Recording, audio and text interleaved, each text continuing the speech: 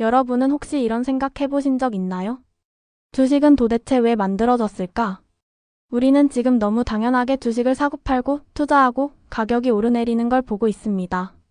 하지만 이 시스템은 처음부터 존재했던 게 아니라 아주 현실적인 문제를 해결하기 위해 만들어진 구조였습니다.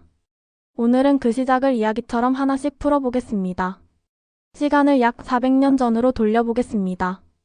당시 유럽에서는 돈을 벌 수 있는 가장 큰 기회가 바로 해외 무역이었습니다. 특히 향신료는 지금과는 비교도 안 될 정도로 귀한 물건이었습니다. 예를 들어 후추 한 자루를 유럽에 가져오기만 해도 지금 돈으로 수천만 원 이상의 이익을 남길 수 있을 정도였습니다. 그래서 많은 사람들이 큰 돈을 벌기 위해 배를 만들어 아시아로 떠났습니다. 하지만 문제는 생각보다 훨씬 심각했습니다. 배 한 척을 만들기 위해서는 엄청난 돈이 필요했고 선원을 고용하고 식량과 무기를 준비하는 데에도 큰 비용이 들어갔습니다. 그리고 무엇보다 가장 큰 문제는 성공 확률이 매우 낮았다는 점입니다. 실제로는 출항한 배가 몇 주 만에 폭풍을 만나 침몰하기도 했고 항해 도중 병으로 선원들이 쓰러지기도 했습니다. 해적에게 공격을 받아 모든 화물을 빼앗기는 경우도 있었고 길을 잃고 돌아오지 못하는 일도 흔했습니다. 즉, 한 번 실패하면 그동안 모아온 전 재산이 한순간에 사라지는 구조였습니다. 이런 상황에서 사람들은 고민하기 시작했습니다. 이 위험을 혼자 감당하는 것이 아니라 여러 사람이 나눠서 감당하면 어떨까 하는 생각이었습니다. 그래서 등장한 방식이 바로 여러 사람이 돈을 모아서 하나의 무역에 투자하는 것이었습니다.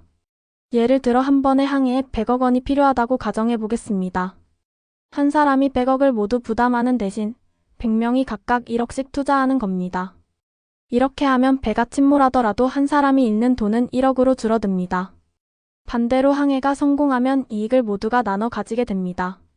이 방식은 당시로서는 굉장히 혁신적인 변화였습니다. 왜냐하면 더 이상 부자 한 사람만이 할 수 있는 사업이 아니라 여러 사람이 함께 참여할 수 있는 구조가 되었기 때문입니다. 이걸 조금 더 현실적으로 생각해보면 차이가 더 분명해집니다. 만약 어떤 상인이 혼자 모든 돈을 투자했다가 실패하면 그는 바로 파산하게 됩니다. 하지만 여러 사람과 함께 투자했다면 손실이 줄어들기 때문에 다시 도전할 수 있는 기회가 남습니다. 즉, 단순히 돈을 나누는 것이 아니라 도전할 수 있는 기회 자체를 늘려준 것입니다. 하지만 여기에도 여전히 해결되지 않은 문제가 하나 있었습니다. 투자한 돈이 너무 오랫동안 묶인다는 점입니다. 당시 항해는 짧게는 몇 달, 길게는 몇 년이 걸렸기 때문에 투자자는 그동안 자신의 돈을 전혀 사용할 수 없었습니다. 갑자기 돈이 필요해져도 방법이 없었던 것입니다. 이 문제를 해결하면서 역사적인 변화를 만들어낸 것이 바로 네덜란드 동인도 회사입니다. 이 회사는 1602년에 설립되었고 이전과는 전혀 다른 방식을 도입했습니다. 사람들에게 돈을 투자받는 것은 같았지만 그 대신 회사의 일부를 나눠주는 방식이었습니다. 그리고 그 증거로 주식을 발급했습니다. 여기까지는 기존의 공동투자와 크게 다르지 않습니다. 하지만 결정적인 차이가 하나 있었습니다. 바로 이 주식을 다른 사람에게 자유롭게 팔 수 있게 한 것입니다. 이 변화는 생각보다 훨씬 큰 의미를 가졌습니다. 예를 들어 어떤 사람이 투자한 지 1년이 지났는데 갑자기 돈이 필요해졌다고 가정해 보겠습니다. 이전에는 항해가 끝날 때까지 기다릴 수밖에 없었습니다. 하지만 이제는 자신이 가진 주식을 다른 사람에게 팔기만 하면 바로 현금으로 바꿀 수 있게 되었습니다.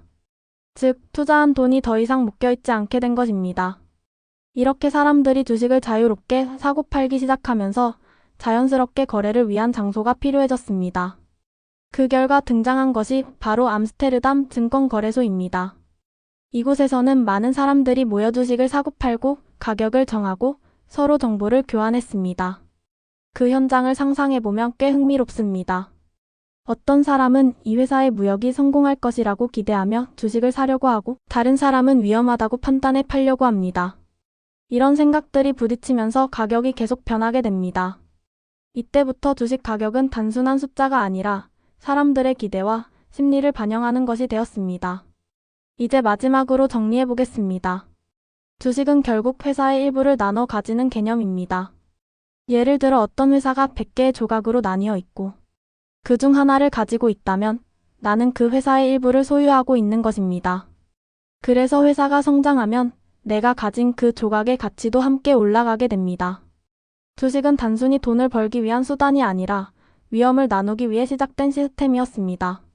그리고 더 많은 자금을 모으기 위해 발전했고, 결국 지금은 전 세계 경제를 움직이는 핵심 구조가 되었습니다.